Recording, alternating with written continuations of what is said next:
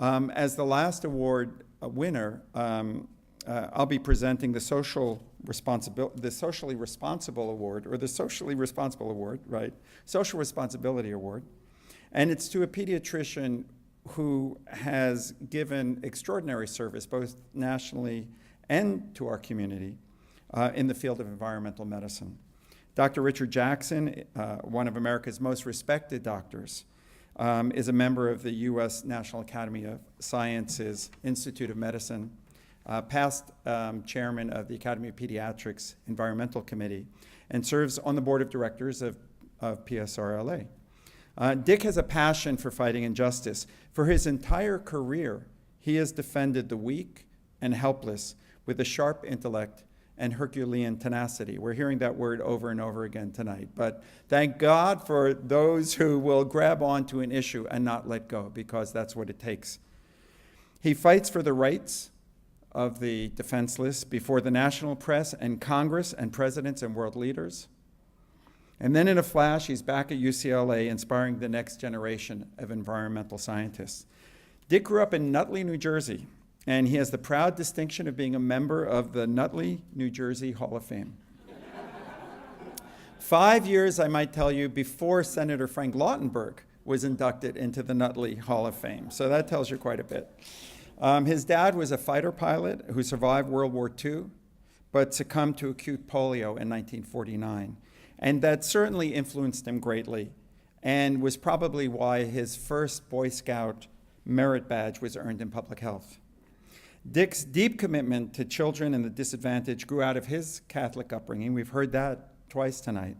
And the lessons in social justice that he learned, that he received from the Jesuits at St. Peter's College in Jersey City. And then after his medical training, for 15 years, he worked with the California Department of Health Services, leading our state in many important measures, strengthening farm worker health protection and food safety for children, and starting California's birth defects monitoring program, which is a model for the nation. And then he went on to Atlanta and served for 9 years as the director of the National Center for Environmental Health at the CDC, where he helped get folic acid added to our food to prevent birth defects, and completed America's first comprehensive study of environmental chemicals in human beings. So now Dick is back in California. We're lucky and happy to have him back here as the chair of environmental health sciences at UCLA. And at UCLA, I think Dick immediately succumbed to LA's environment, because it was shortly thereafter that he signed a 4-episode television deal. And this was for a reality show of a different sort. It was kind of Survivor PBS style. His programs explore how the built environment, the physical layout of our communities, affects our health and impacts our actual survival. These programs have been very successful and seen by over 1 million viewers. And then he went on to write 3 books on the subject, and now probably does more speaking to architectural groups than even to medical groups. Dick and his wife Joan have 3 grown kids and 1 grandchild. Dick Jackson has truly demonstrated how the voice of a single dedicated doctor can make an enormous difference, and we celebrate him tonight. Life often isn't fair. I think back to my own life. My father, a former fighter pilot in the South Pacific who survived a crash of his plane, was shot down by polio when he was still a young man. My own father died when I was 3 of polio. Imagine how different my life and my mother's life would have been if he had had a $5 polio shot back in 1949. And yet my sorrow and, more importantly, my anger fuel my career choice to protect all families through my work as a medical doctor in public health. My kids were in grammar school in the early 1990s when I was offered a director position at the National Center for Environmental Health at CDC. My family didn't want to move, and I said, well, this is like being offered a job in the Supreme Court. I have to go. And I was delighted. I learned so much at CDC. And I remember sitting in the room with David Satcher in 1997 as we were releasing the Surgeon General's report on physical activity. And it was 300 pages long. And it talked about how important physical activity was to people's health. And they had less diabetes and less overweight and better mental health and less depression. And I said, wait a minute.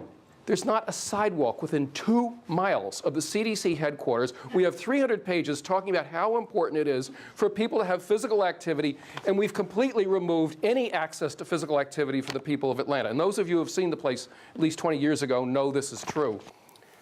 I became really engrossed, almost obsessed with the fact that we have built America in a way that is, I believe, fundamentally unhealthy, that it prevents us from walking. It inhibits us from socializing. It removes trees and the things that make our air quality better. And we could not have designed an environment that is more difficult for people's well-being at this point, particularly as we look at epidemics of obesity, diabetes. When I was a young pediatrician, we never saw a child with adult onset diabetes. We now don't call it that. We call it type 2 diabetes. And my endocrinology friends are telling me half the children in the pediatric diabetic clinic have type 2 diabetes. 3/4 of the kids in California cannot pass a simple fitness test at this point. We can see this all around the United States, that people that live in poor zip codes, particularly with high levels of pollution, live shorter lives than those in more economically favored zip codes with more services and less pollution. It's not fair. It's not right that poor people have to live in polluted areas. Everyone ought to have a right to live in a healthy, non-polluted, health-promoting area. The secret to designing healthy communities lies in the commitment of all who live within them. City officials, architects, planners, health experts, advocates, and every citizen from seniors to school children. All of us are important parts of the process.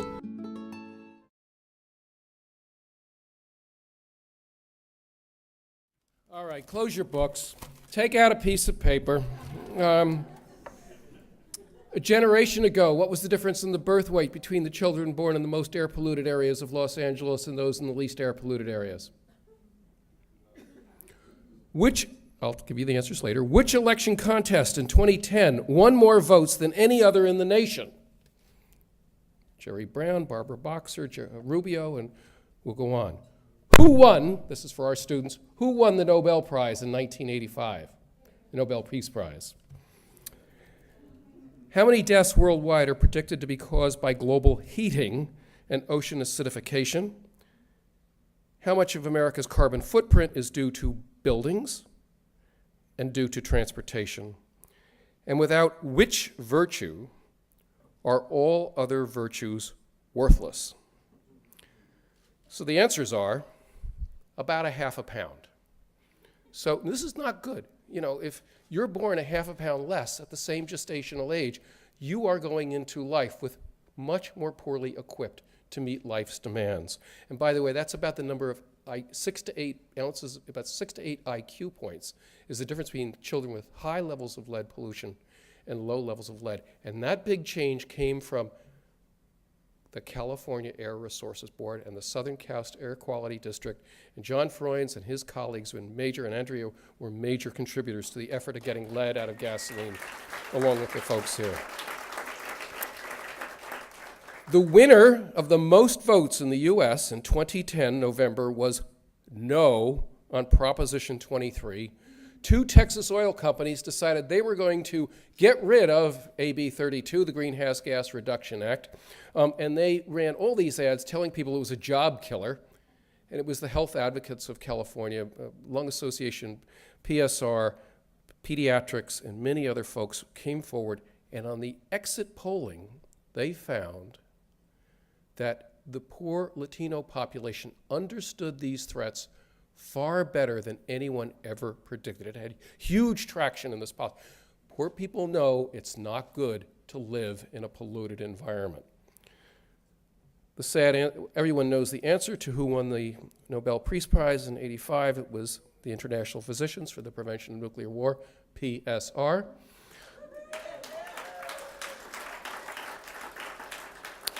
The ultimate environmental justice issue, perhaps definitely after nuclear weapons, is global heating. And it is predicted it will cost $500 million lives in our century. Think about the Ganges and the Brahmaputra driving up and on and on and on. That's how many lives. And the poor countries will bear the brunt, not particularly the wealthy ones.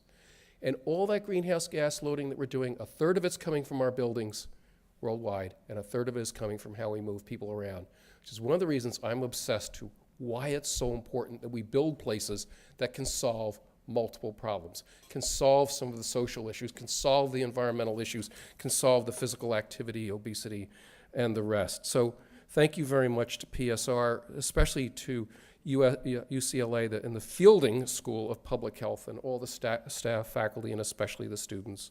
Thank you very much to the Media Policy Center. Harry and Dale came to me about 4 years ago and said, you need to put 4 more zeros after every speech that you give, that is in terms of attendance, and they've done it. Thank you to my beautiful life partner, Joan, and our sons, and to all my students. And so the answer to the last question, the most important virtue, without which all others are worthless, is courage. And so thank you, PSR, for your courage and your leadership, and thank you very much for this award.